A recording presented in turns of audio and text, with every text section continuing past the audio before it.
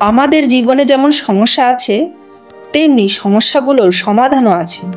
আমরা যদি সঠিক পথে সমস্যার সমাধানে অগ্রসর না হই, তবে আমাদের জীবনে একই সমস্যার মধ্যে ঘুরপাক খায়। আমাদের শরীর সহ এই বিশ্ব প্রকৃতির সবকিছুই প্রকৃতির অংশ।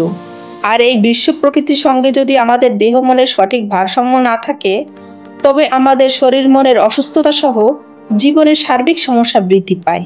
আর এই সকল সমস্যার সমাধানের সর্বশ্রেষ্ঠ পথ হলো যোগচর্চা।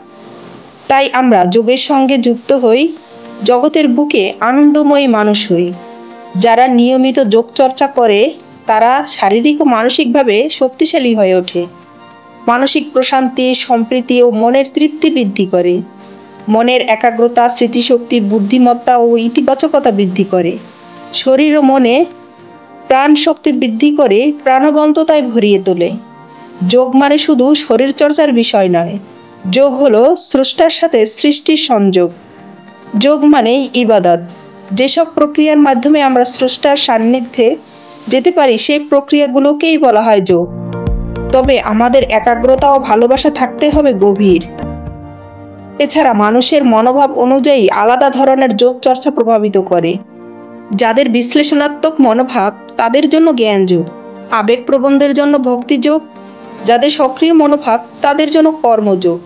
মনের পবিত্রতার জন্য রাজযোগ। এই হলো 4টি যোগ।